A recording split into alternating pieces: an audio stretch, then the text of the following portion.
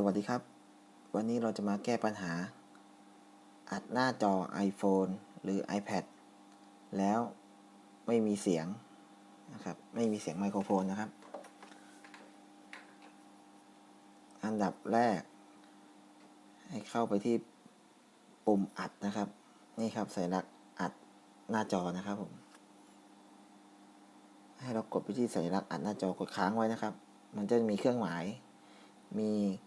การอัดหน้าจอหยุดอัดไมโครโฟนเปิดไมโครโฟนปิดอันนี้ไมโครโฟนเปิดนะครับให้เราอยู่ตำแหน่งไมโครโฟนเปิดนะครับก็จะใช้งานได้แล้วเจอกันใหม่คลิปหน้านะครับสวัสดีครับ